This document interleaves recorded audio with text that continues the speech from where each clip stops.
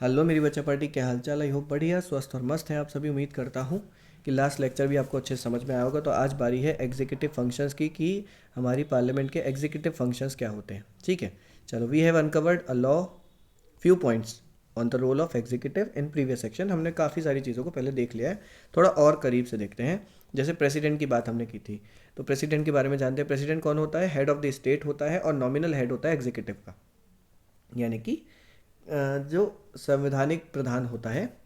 ठीक है। The prime minister and the council of minister are responsible for the running of the government. जहाँ प्रधानमंत्री और मंत्रिमंडल सरकार को चलाने और उसको उसके लिए रिस्पॉन्सिबल होते हैं, वहीं president appoint the prime minister. जो प्राइम मिनिस्टर होते हैं उनको प्रेसिडेंट ही अपॉइंट करते हैं और दूसरे मिनिस्टर्स को भी अपॉइंट करते हैं। इसके अलावा प्रेसिडेंट का काम होता है पार्लियामेंट को बुलाना, है ना, बिल के बारे में अपनी अपनी जो है सहमति देना, और दूसरे सारे काम जो होते हैं वो प्रेसिडेंट के होते हैं। The council of ministers aids and advise the president. और बहुत सारे मुद्दों पर जो काउंसिल ऑफ मिनिस्टर्स होते हैं वो प्रेसिडेंट को एडवाइस देते हैं, सलाह देते हैं, उनकी सहायता करते हैं।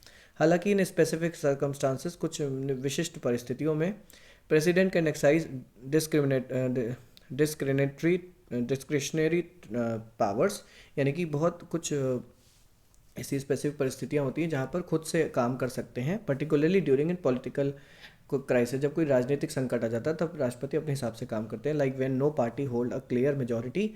एक मतलब पॉलिटिकल क्राइसिस का मतलब जब ये है कि लोकसभा में किसी भी एक स्पेसिफिक पार्टी का कोई बहुमत है ही नहीं। ठीक है, तब फिर जो प्रेसिडेंट होते हैं अपने हिसाब से कार्य को करते हैं, तब किसी की सहायता लेने की आवश्यकता नहीं है। लेकिन आर्टिकल 74 के अनुसार ऐसा लिखा गया है कि राष्ट्रपति जो होगा वो मंत्रिपरिषद की सलाह से काम करेगा। ठीक है, आगे समझो। Prime minister and council of minister. तो prime minister, council of minister का क्या काम होता है? Prime minister is the de facto executive authority in India's parliamentary system. एक डी फैक्टो एग्जीक्यूटिव बॉडी होता है, अथॉरिटी होता है, यानी कि उसको बहुत सारे काम देखने होते हैं इंडिया, मतलब उस पार्लियामेंट्री सिस्टम में, और शक्तियों का कहीं ना कहीं वास्तविक उपयोग करने का वो अधिकारी होता है।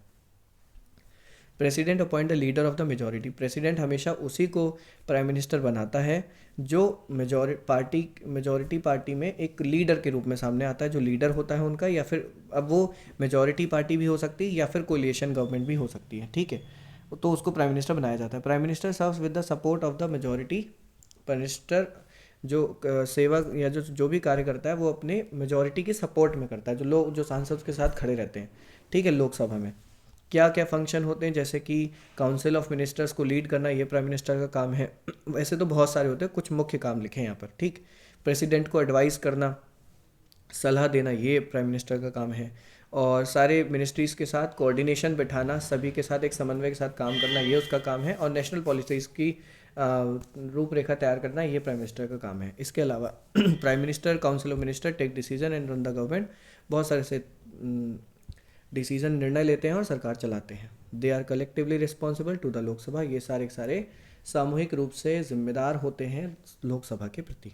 Most of the will that come to the parliament for the discussion are initiated by the government. जो भी मतलब जितने भी बिल लाए जाते हैं उसमें बहुत सारे से बिल ऐसे होते हैं पार्लियामेंट के समक्ष जो लाए जाते हैं डिस्कशन के लिए, वो सभी सरकार के द्वारा ही लाए जाते हैं।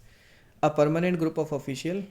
कुछ स्थायी समूह होता है ऑफिशियल्स का, मतलब अधिकारियों का, जिसे हम सिविल सर्वेंट्स बोलते हैं। ये लॉ को इम्प्लीमेंट करने, उसको उन पॉलिसीज़ को इम्प्लीमेंट करने में उनने का काम करते हैं। दीज ऑफिसर्स, ये जो ऑफिसर्स होते हैं, कॉल्ड द एडमिनिस्ट्रेटर्स। इनको प्रशासनिक अधिकारी बोला जाता है, ब्यूरोक्रेट्स बोला जाता है, जो कि मिनिस्टर्स की डायरेक्शन के अंडर काम करते हैं, इंश्योर करते हैं, सुनिश्चित करते हैं that government departments function smoothly, कि गवर्नमेंट के जो डिपार्टमेंट्स हैं वो बहुत स्मूथली चलें। यहाँ बड़ा ही प्यारा सा एक चीज़ दे रखी है लाल बहादुर शास्त्री जी के बारे में, जो हमारे रेलवे मंत्री रहे हैं। ठीक है, और भारत के प्रधानमंत्री भी रहे हैं लाल बहादुर शास्त्री जी। और मैं आपको ये भी बताना चाहता हूँ कि इनका एक बहुत प्यारा सा मेमोरियल बना है बच्चों, दिल्ली में जनपथ पे। तो कभी आपको मौका मिले तो ज़रूर घूमने आइएगा, आपको बहुत ही करीब से देखने को मिलेगा इस व्यक्ति के बारे में जिन्होंने साबित किया सादा जीवन और उच्च विचार। ठीक है, और एक बहुत प्यारी सी घटना मैं आपको बताऊंगा, पहले इसको पढ़ लेते हैं। इसमें लिखा है कि 1956 1956 में जब ये रेलवे मिनिस्टर थे, उस दौरान क्या हुआ था, एक ट्रेन एक्सीडेंट हुआ था। और ट्रेन एक्सीडेंट हुआ इस वजह से उन्होंने खुद को रिस्पॉन्सिबल माना, खुद को जिम्मेदार माना उस एक्सीडेंट का और रिज़ाइन कर दिया तुरंत। Aldous he was not blamed for the accident, हालांकि उस घटना का इन पर कोई ब्लेम नहीं था, कोई इनको दोषी नहीं किसी ने बोला। ही बिलीव, लेकिन वो ऐसा विश्वास करते थे, ऐसा मानते थे that a minister must take moral responsibility, कि एक मंत्री की नैतिक जिम्मेदारी है फॉर एनीथिंग, हर उस चीज़ की that happen in their ministry, जो उसके मंत्रालय में हो रहा है। He offered his resignation to then prime minister, उस समय के जो प्रधानमंत्री थे वो थे जवाहरलाल नेहरू, उन्होंने इसको दिया था, ऑफर किया था अपना रेजिग्नेशन, ठीक है। लेकिन नेहरू जी ने इसको पहले तो डिक्लाइन कर दिया था, फिर बाद में जब शास्त्री जी ने इंसिस्ट किया तब फिर उन्होंने उसको एक्सेप्ट कर लिया था, ठीक। घटना वो ये है बच्चों की, जब ये अपने समय पर प्रधानमंत्री रहे थे उस दौरान भी जो प्रधानमंत्री की गाड़ी होती है ना, उन्होंने उस सरकारी गाड़ी को कभी अपने व्यक्तिगत कामों के लिए इस्तेमाल में नहीं लिया। और उस मेमोरियल की जिसकी मैं बात कर रहा हूँ, वहाँ पर आज भी इनकी वो गाड़ी खड़ी है, जिसको बच्चों उन्होंने अपने प्रधानमंत्री काल में लोन पर खरीदा था।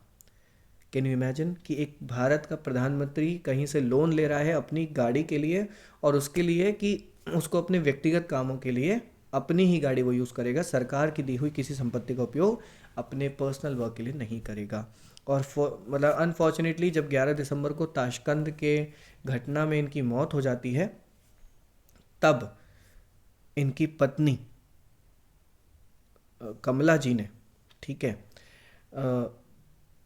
इनकी मृत्यु के बाद अपनी पेंशन से उस गाड़ी की जो किस्तें थी उनको भरा, ठीक है। वो गाड़ी आज भी शान से इनके उस घर में खड़ी हुई है, आपको कभी भी मौका मिले तो ज़रूर जाकर देखिएगा, ठीक है। बहुत ही ज़मीन से जुड़े व्यक्ति लगे। और एक बड़ी अच्छी बात इनकी लगी मुझे, वो थी इनका जो ऑफिशियल रूम था जहाँ पर ये अपने सारे काम करते थे, वहाँ पर इनकी जो बच्चों कुर्सी थी ना, वो बहुत ही अनकंफर्टेबल थी, जो इन्होंने जानबूझ के रखी थी, कि ताकि ये एकदम ऐसा ना समझे कि सत्ता उनको मिल गई तो आराम फरमाए ना, वो काम कर पाए मन लगा के, ठीक है।